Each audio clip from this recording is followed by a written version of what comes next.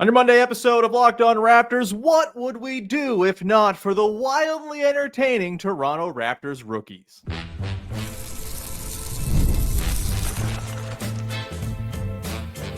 You are Locked On Raptors, your daily Toronto Raptors podcast, part of the Locked On Podcast Network. Your team every day. Hey, what's going on? And welcome to another episode of Locked On Raptors, part of the Locked On Podcast Network, your team every day. It is Monday, April the 7th, and I'm your host, Sean Woodley. I've been covering the Toronto Raptors now for 11 seasons on various platforms. You can find all my work over on Blue Sky. You can also find the show on Instagram, and you can join us in the Locked On Raptors Discord server. Link in the description of the podcast. Free to join. Great listener community we got building around the show. Come be part of it. You can also subscribe for free, of course, to the daily Locked On Raptors newsletter. QR code on the screen. It's wonderful if you go and do that. If you're watching on YouTube, you can also go to the link in the description if you're listening on audio and signing up. It's 100% free. You get original words from me 5 days a week. And baby, I'm writing about Jonathan Mogbo today, which is always an event in the newsletter. Please go check it out. Today's show is brought to you by our friends at FanDuel. Right now, new customers get $250 in bonus bets when your first $5 bet wins. And we are off and running here, talking about a pair of Raptors games from over a weekend. A loss to the Detroit Pistons on Friday, 117-105, that at least featured some fun stuff in the third quarter, which we'll examine a little bit today. And then a win, 120-109. Over the Brooklyn Nets on Sunday afternoon. A game that was quite sleepy, I'd say. The Nets not exactly rolling out a murderer's row of dudes to take on the Raptors, but the Raptors take care of business because here's the thing. The Raptors' young guys and rookies are just better than the young guys and rookies of these other sad sack teams they keep on playing down the stretch. We're going to talk a little later on about RJ Barrett, who struggled a little bit or a lot bit in Sunday's game against the Brooklyn Nets. We got the good, the bad, and the coming up later on. We'll talk a little about Duke and their massive collapse and why it's not going to change my opinion on their draft prospects whatsoever. But let's start off with the Raptors rookies, keeping things entertaining, keeping things worth tuning in for, as they're getting a ton of run right now and kind of doing a lot with it. It's been pretty sweet to behold. And I guess we should start. Well, look, the main guy I want to talk about here is Jonathan Mogbo, who had one of his better games as a pro on Sunday against Drew Timme and the rest of the Brooklyn Nets front court. Not exactly a murderer's row again, but still, I thought a game that should be bottled for Jonathan Mogbo. There were also other great contributions from Jacoby Walter, 22 points on Friday. Was too good even to finish the game Sunday, as the Raptors were clearly trying to angle for that one loss they need to lock up 7th in the draft lottery. Just played 17 minutes in this one, but I think Jacoby Walter continuing to give all kinds of reasons for hope and optimism about what his future is going to hold. Darko Rajakovic, this dude just cannot help but smile when talking about Jacoby Walter. After the game on Friday, and even before the game Friday, he was asked about Walter, the things he's been doing. And the thing that came to mind first for him was how coachable Jacoby Walter is. And I think that just kind of speaks to Walter kind of having the juice. He kind of gets it. He understands kind of where he needs to fit in, where he needs to improve. Darko was asked after the game on Friday about the things he wants to see Walter work on in the summer. And he rattled off 6 or 7 things, shooting, cutting, defense, ball handling, creation, pick and roll, all of this stuff. And I think to me, that indicates that Darko Rajakovic has pretty high ambitions for what Jacoby Walter can one day become. We talked about him basically all of last week. We don't got to belabor the point. He's good. He's shooting the lights out of late as well. He can't seem to miss from deep. And the defense from him has really popped off the screen over the last little bit too. Really just in dude shirts, as much as Jamal Shead is awesome picking guys up full court, throw a little extra wingspan and height onto Jamal Shead. And that is the experience of a lot of guys getting bodied up by Jacoby Walter full court. He's been awesome. He had 2 steals, 2 blocks in the game, 2 blocks and a steal or 1 block. He had a lot of stocks in the game against the Nets in just 17 minutes, hit a couple of threes, doing the thing. And he had a lot of opportunity with the ball in his hands on Friday. We'll get into it a little bit. The stretch the Raptors had in the third quarter against the Pistons, where they made that one super interesting and brought it back from down more than 20. And it was Walter and Immanuel Quickley and Jamal Shead who had their hands all over that comeback. Walter is very cool. I'm very excited to see what he does in the summer in the lab. Jamal Shead as well. We should talk about him doing point guard stuff, man. 21 assists to 3 turnovers over 2 games this weekend. That's a really big deal. He was a +4 in a game the Raptors lost by 12 on Friday. That feels like something. He was a +31 in the game against the Nets on Sunday.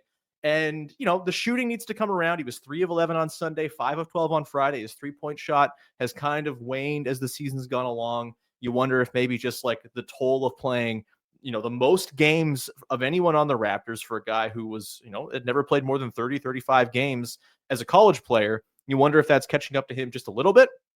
But overall, really encouraging stuff from Jamal Shead in terms of just like running the show, guiding in pick and roll, just like diming dudes up. 12 assists on Sunday. And a lot of them were to the guy we're going to talk about in a second here, Jonathan Mogbo. If you're looking at Jamal Shead as someone who can guide the second unit next season, a lot of the stuff you saw this weekend is exactly what he's got a bottle to be able to do that next season against second units and drive winning basketball when he's on the floor. Of course, that's been a struggle for him as a rookie because all rookies lose minutes, especially rookie guards, and the shooting will have to come around. The interior finishing is feeling like it's got a little bit off kilter of late.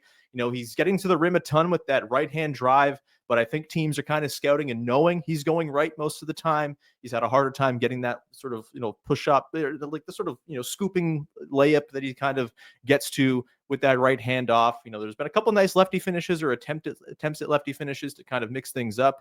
That's going to be a big thing for him this summer is, can he start to go left? Can he start to make defenses worry about his first step, not just going right, but to the other direction? But man, 21 assists to 3 turnovers for Jamal Shead over the weekend. And that Pistons defense is no joke either. He had 0 turnovers and 9 assists in that game Friday. Really good stuff from Jamal Shead. Let's talk about Jonathan Mogbo, though. That game on Sunday, 17 points, 11 boards, 7 assists, 8 of 9 from the field, 2 steals, 2 blocks. That is the game. If you are like, there's been a lot of talk down the stretch of the season when we talk with Darko before and after games about sort of now getting the plans in order for the summer. What are guys going to work on this summer? And if I'm Darko Rajakovic and the Raptors coaching staff, I'm taking that game against the Nets and saying, Jonathan Mogbo, this is the game you watch all summer trying to bottle. I know there's a lot of talk about Jonathan Mogbo being a wing one day, and maybe that happens, right? It's going to require him to be a 3-point shooter that he just is not right now. 28% from deep this season. We're seeing over the last stretch of games, 10, 15 games here, that Mogbo is now kind of just skewing almost entirely towards twos. In his last 5 games, 88% of his shots have been twos. Over his last 10, it's like 77%. After it's been a little bit more of like a 65-35, 60-40 split, threes versus twos for him this year. I think they're just kind of looking at it and saying, hey, you have the chance to be good at this thing. We're going to make you good at that first, and then figure out the stuff you're not so good at later. Get good at the stuff we know you have a shot at being good at first. And this is a guy who in college was one of the single best 2-point shooters in all of college basketball. He led the West Coast Conference in effective field goal percentage. He shot like 64% on twos. He was really, really effective finishing in close, and that's been obviously a struggle point for him this season. The floater's been off. He's not been able to get that elevation to throw down dunks that he should be until lately, that is, where of late he's been yamming. I think he dunked on Jalen Duren's head on Friday. That's a pretty interesting thing. Jalen Duren is an absolute freak of nature, and Jonathan Mogbo dunked on his head. That feels important. We're also seeing Mogbo finish lobs more effectively, and I just think his general sort of cadence and movement and footwork in the pick and roll has been a lot better, and that is the stuff he's got a bottle for next year. I think there's a real chance he is just one of the go-to backup fives on this team next season. I think there's a real chance we see Mogbo and Scotty Barnes play a ton of small ball 5 on this team. Depends who they take in the draft. If they get a Kaman Malo watch, then maybe that's different. But if they're getting a wing or a guard, I think we're going to see a lot of lineups where Scotty or Mogbo is filling in behind Jakob Poeltl when he sits. And I think that'll be a way to weaponize both of them, right? Scotty working the short roll. We know that's been an effective thing for him in the past. He's an awesome passer from that range. He can get to the bucket. He can hit a mid-ranger. And, I think that's going to be a way to weaponize him. You put shooting around Scotty Barnes, screening and diving for Immanuel Quickley, you're going to get a lot of success. And I wonder if they can kind of teleport that over to the bench as well, where you have Jamal Shead and Jonathan Mogbo working pick and roll with one another too. Obviously, Shead doesn't have the pull-up shooting juice that Immanuel Quickley does, but I think Mogbo has shown, there were a lot of instances in that game against the Nets on Sunday where, 2 to the ball for Jamal Shead, and he just kind of slips a pass through to Mogbo in that 15 to 18 foot short roll range, and he made stuff happen. He had the 7 assists. He can pick out cutters from there. He can spray passes. He's a very good passer. We know this. And then the next part of it is figuring out how to make himself a scoring threat from that spot. And in this game against the Nets, 8 of 9, hit a couple floaters, dusted a couple guys with the bounce, got to the rim, threw down a whole bunch of dunks. I think he had 4 or 5 dunks in this game. Now leads the team in dunks on the season once again. That's the game you bottle. And defensively, like, I have no concerns whatsoever about Jonathan Mogbo holding up as a small ball 5 against second units. There will be some teams that have big hulking backup centers, sure, but most teams have bad backup centers. And Mogbo has the size with the arms that he has, the wingspan, the reach, and just the athleticism. There were a couple of times yesterday, he goes up to contest a shot at the rim, and his armpits are basically at the rim. Good luck scoring over that. There was one time where a guy in the Nets really threw the ball into his armpit because he got up, realized, oh God, there's nothing I can do here. There's a giant in my way. I got to get this thing out of this pterodactyl's range. And he just got it right into his chest, and I think it went out of bounds. And I think, Keon Johnson held the ball going out after this, after just kind of getting totally stonewalled at the rim. Again, it's the Nets. He's got to do this against better teams, of course, for it to work. But Jonathan Mogbo, man, small ball 5, that's the recipe. That's the blueprint.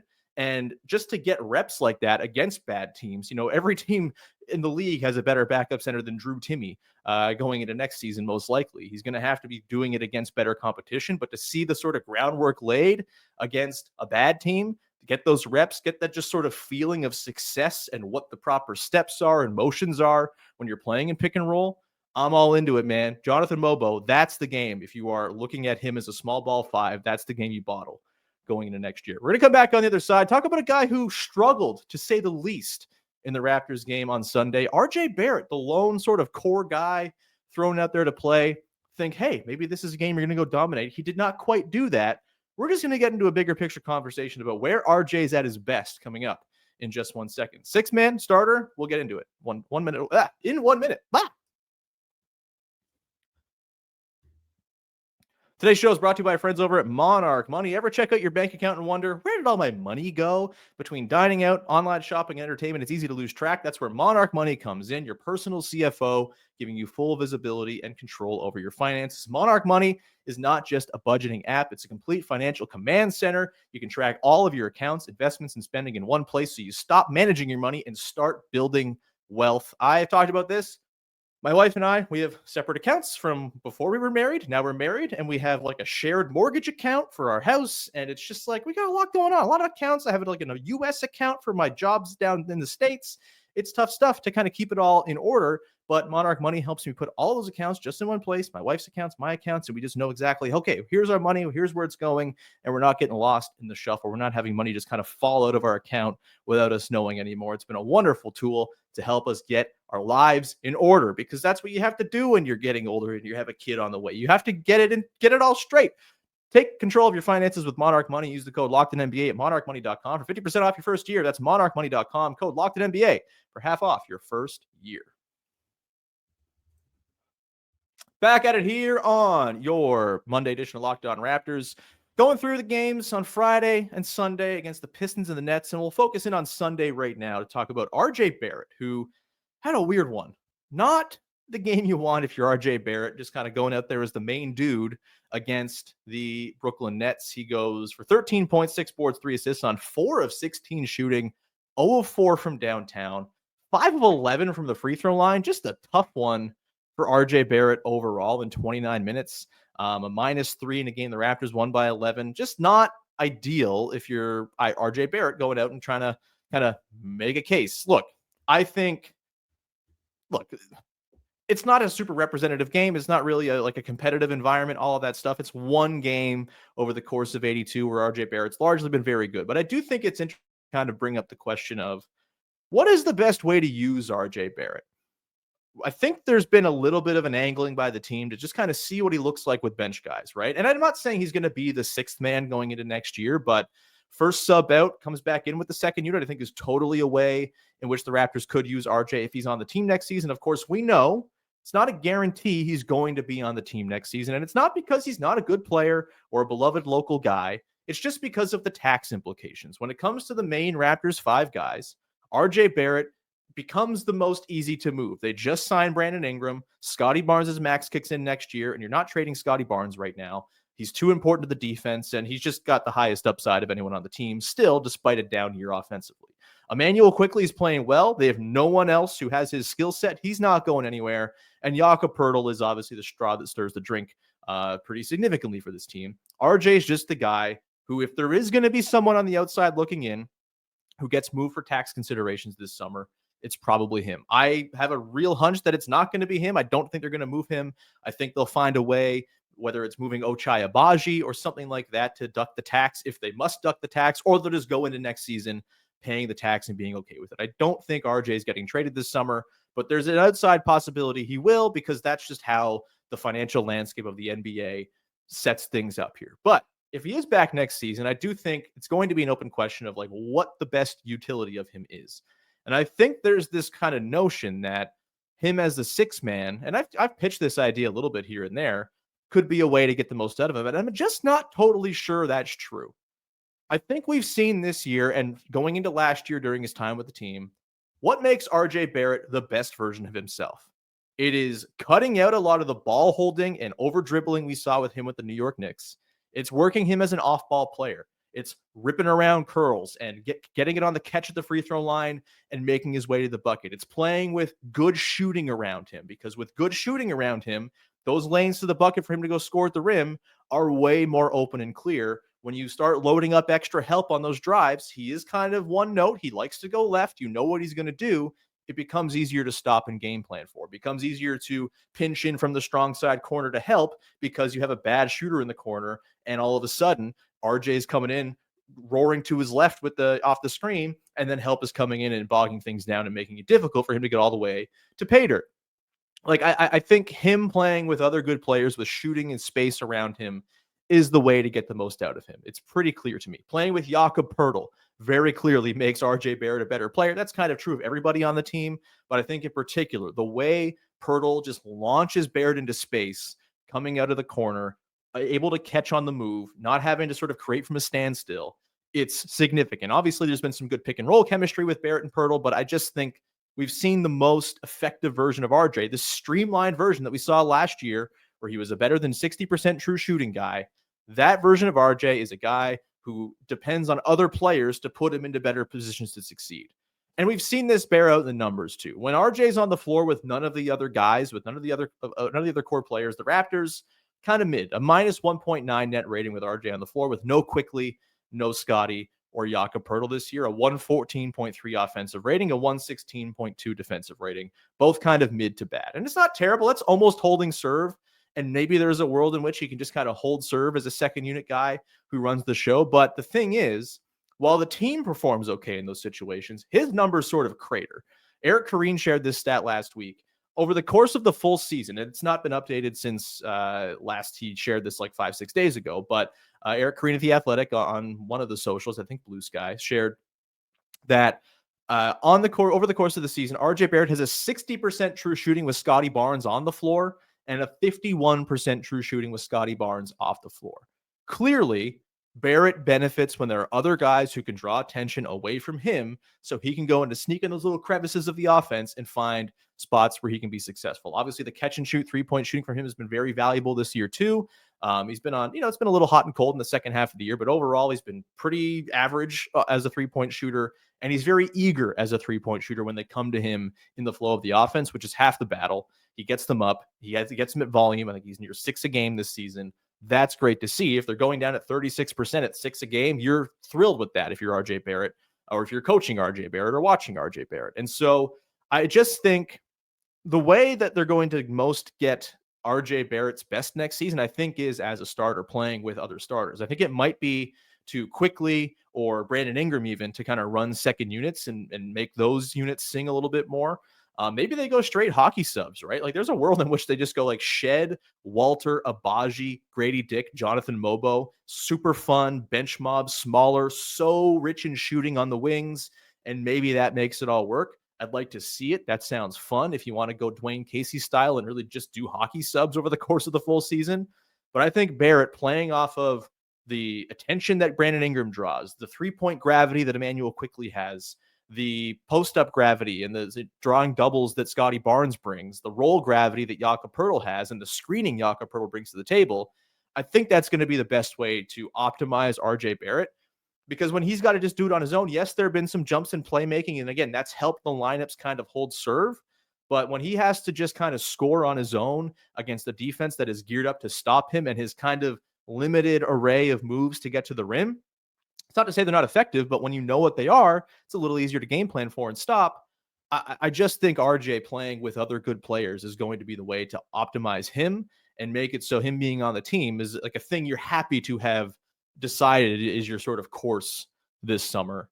Just some thoughts on RJ after a pretty rough game. We'll see what it all looks like next year. And just because something hasn't worked this year doesn't mean it can't work. I asked Darko on Friday about like trying to determine what stats are real and what stats are not from a season like this. And it's a lot of just kind of guessing. It's a lot of maybe just going off of film and eye test and stuff like that more than the numbers. And maybe there are ways you can kind of finagle the lineups to put tons of shooting around RJ and bench units with Grady, with Walter, with Abaji to make things a little easier for him. But just kind of what I'm feeling about RJ going into next year. I think if he's going to be on the team next season, which again, I think he will be, I think his most successful play is going to come playing alongside 4 or 3 starters, whatever it might be, and kind of using the leverage that those guys create to just kind of burst through those gaps and score on his own. We're going to come back on the other side, rattle off the good, the bad, and the to close things out. Talk a little about Immanuel Quickley, who shot poorly on Friday, but did just basically everything else extremely well. We'll do that to close things out in a sec. Today's show is brought to you by friends over at FanDuel, the #1 sports book in North America. The NBA playoffs are almost here, and FanDuel is giving new customers an incredible way to get in on the action. Right now, when you join FanDuel and place your first $5 bet, you'll get $250 in bonus bets if your bet wins. It makes it super easy. You can pick your favorite team. You can dive into player props. You can pick a team you have a hunch that's going to go all the way in the NBA playoffs. Maybe you're someone like me who's like a little skeptical that the OKC Thunder are just this like juggernaut that's going to buzzsaw their way through the Western Conference. Maybe you, like me, believe in the power of Nikola Jokic as a playoff performer and think there's at least an outside shot the Nuggets can take down the Thunder at some point in the postseason. Throw some money down on the Nuggets. I've won money putting money on the Nuggets before. They're not a bad team to wager on because Nikola Jokic is the best damn guy there is. Either way, you can go do that all over at FanDuel. Don't miss out. Head to FanDuel.com and claim your $250 in bonus bets today. Wrapping things up here with the good, the bad, and the The way we wrap up every single episode of this here podcast on the heels of a Toronto Raptors basketball game. A thing I liked, a thing I didn't like, and a thing that's got me going a little bit.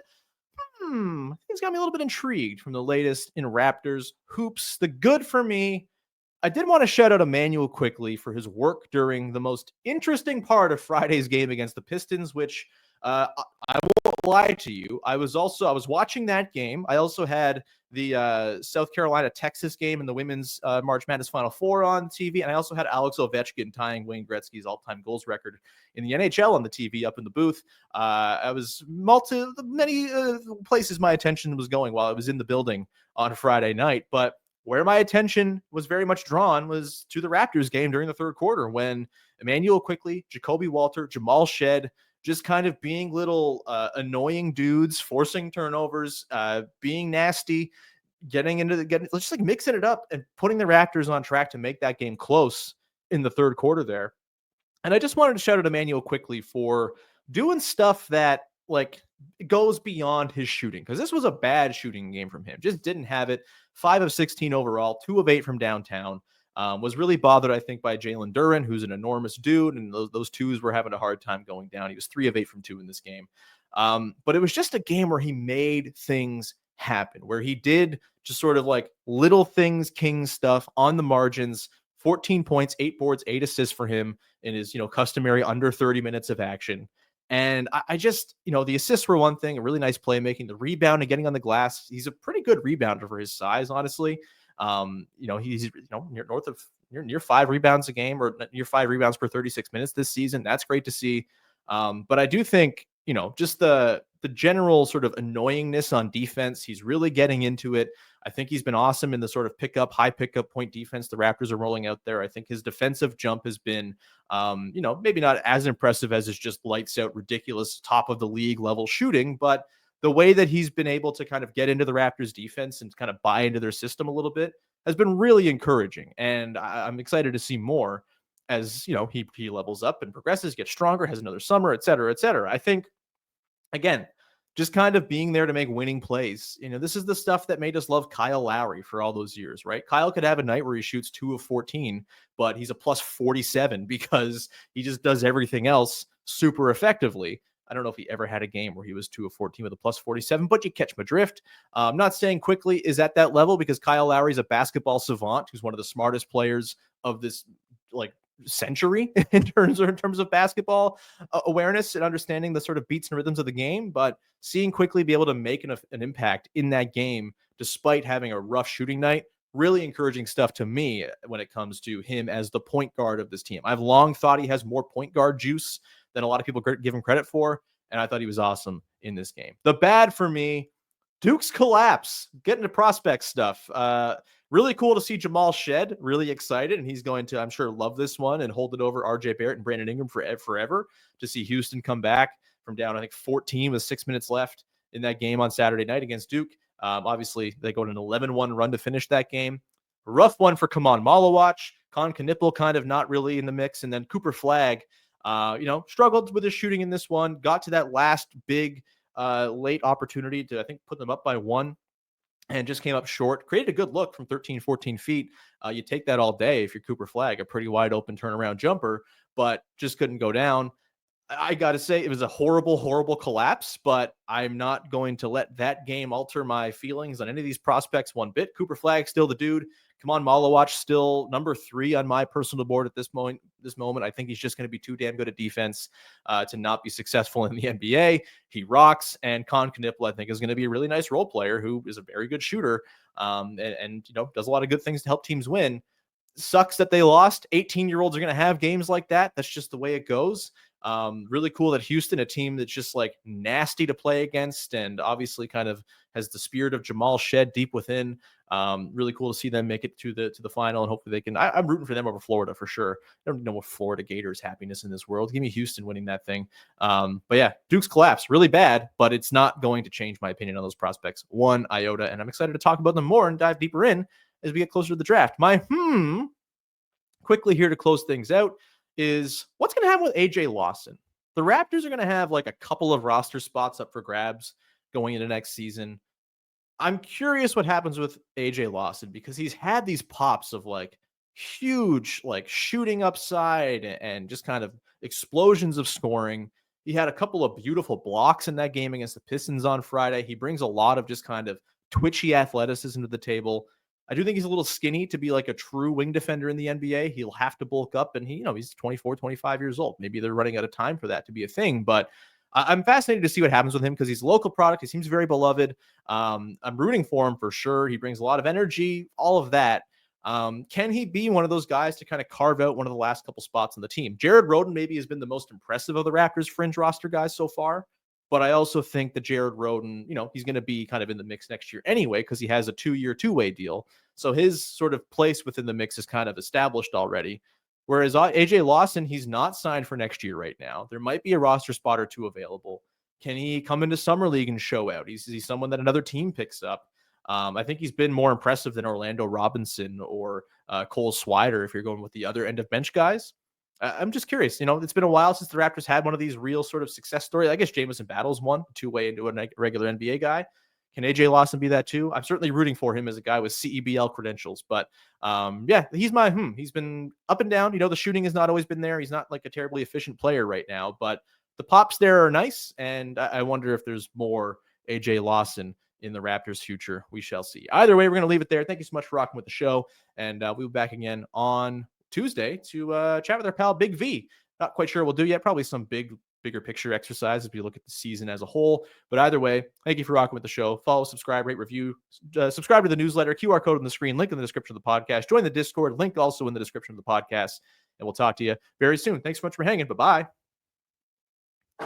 Oh my goodness.